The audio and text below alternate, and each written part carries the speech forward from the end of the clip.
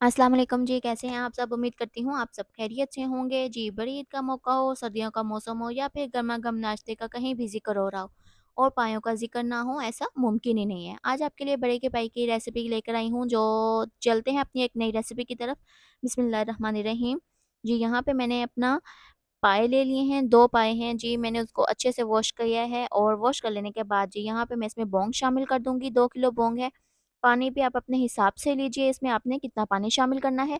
यहाँ पे जी मैं इसमें शामिल कर दूँगी देसी लहसुन, अच्छे से वॉश किया है, वॉश करने के बाद मैंने इसमें शामिल कर दिया है। यहाँ पे जी मेरे पास है धनिया, 2 टेबल स्पून सफ़ेद ज़ीरा, 2 टेबल स्पून अजवाइन, हाफ़ टी स्पून जो मैंने इसमें शामिल कर देनी है। यहाँ पे अदरक भी मैंने इसमें शामिल कर दी है। जी, अब इसके बाद जी मैं इसमें शामिल कर दूँगी हल्दी पाउडर, 2 टेबलस्पून मैंने इसमें हल्दी पाउडर शामिल किया है और यहाँ पे जी मेरे पास है काली मिर्च, लौंग, बादियान, छोटी इलायची, बड़ी इलायची और दालचीनी मैंने इसमें शामिल कर दी है। नमक भी इसमें मैंने ऐड कर दिया था। एक उबाल के लिए जी हमने इसको छोड़ देना है। इसमें जी मैंने 4 से 5 हरी मिर्चें और 2 मीडियम साइज़ की प्याज़ भी शामिल कर दी थी और ये हमने इसको छोड़ देना है 4 से 5 घंटे के लिए लो फ्लेम पे।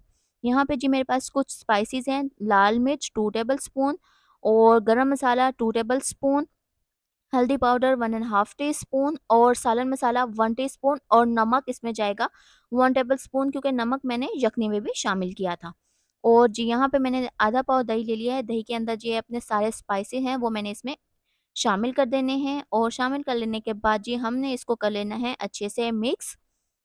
जी, ये देखें यहाँ पे हमने इसको अच्छे से बीट लेना है और उसके बाद जी मैंने अपने यहाँ पे 4 मीडियम साइज़ की प्याज़ ली है। वो मैंने सरसों का ऑयल 2 टेबलस्पून लिया है। जी, गरम हो लेने के बाद मैंने अपनी जो प्याज़ है ये इसमें शामिल कर देनी है और पाए बनाते हुए कुछ लोग इसमें टमाटर शामिल करते हैं। पाए के अंदर टमाटर कभी भी नहीं जाते क्योंकि इससे उसका जो यखनी शोरबा जो होता है वो सूप वो उसका अलग हो जाता है, पाए अलग नज़र आते हैं, तो टमाटर इसमें आप मज़ीद ना ही शामिल करें। मेरी इस रेसिपी को आप ज़रूर फ़ॉलो करें, आपके जो पाए हैं वो बहुत मज़ेदार बनेंगे। यहाँ पे जी हमने इसको लाइट ब्राउन कर लेना है, उसके बाद जी आधा पाव मैंने इसमें शामिल किया है देसी लहसुन, आधा पाव अदरक और 8 हरी मिर्चें इसमें शामिल कर दी हैं। इसको जी हमने कर लेना है अच्छे से भुनाई करनी है। जी, ये देखिए यहाँ पे मैंने बहुत अच्छे से भुनाई करनी है कि जो ये हमारी प्याज़ है वो बिल्कुल भी हमारे पाए में नज़र नहीं आनी चाहिए। जी, ये देखें हमने इसको ऐसे चम्मच के साथ मिक्स करते जाना है कि ये बिल्कुल भी प्याज़ हमारे अंदर नज़र नहीं आनी चाहिए। यहाँ पे जी मैंने अपने दही के अंदर जो सारे स्पाइसेस शामिल किए थे वो अब हम इसमें ऐड कर देंगे और जी ये देखिए इसको हमने एक बार मिक्स कर लेना है और उसके बाद थोड़ी-थोड़ी सी हमने इसमें यखनी शामिल करते जाना है और इसकी बहुत अच्छे से हमने भुनाई कर लेना है। और मुझे ये भुनाई करते हुए तकरीबन आधा घंटा लगा था। तो कुछ लोग प्रेशर कुकर में भी बनाते हैं, लेकिन आप अगर इसको बगैर प्रेशर के बनाएँगे तो आपके जो पाए हैं वो बहुत मज़ेदार बनेंगे।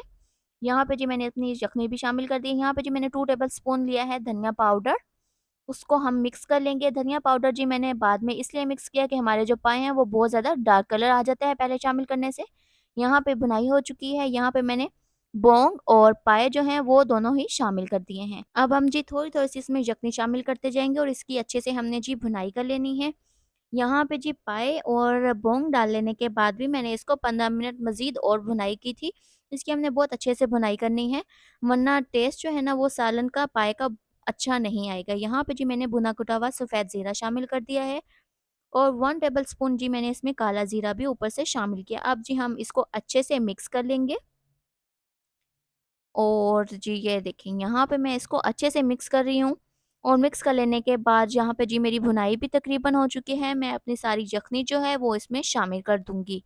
यहाँ पे जी यखनी शामिल कर लेने के बाद मैंने इसको एक उबाल के लिए छोड़ दिया था। फिर उसके बाद जी 45 मिनट के लिए जी मैंने इसको छोड़ दिया है। तो उसके बाद जी ये हमारे मज़ेदार, नर्म, मुलायम, बेहतरीन गले हुए पाए जो हैं ये हमारे तैयार हो चुके हैं। इसको आप कुलचे के साथ सर्व करें, पराठे के साथ सर्व करें, तो ये आपको उम्मीद है आपको ये रेसिपी अच्छी लगेगी। आपने इस रेसिपी को ज़रूर ट्राई करना है। अल्लाह हाफ़िज़।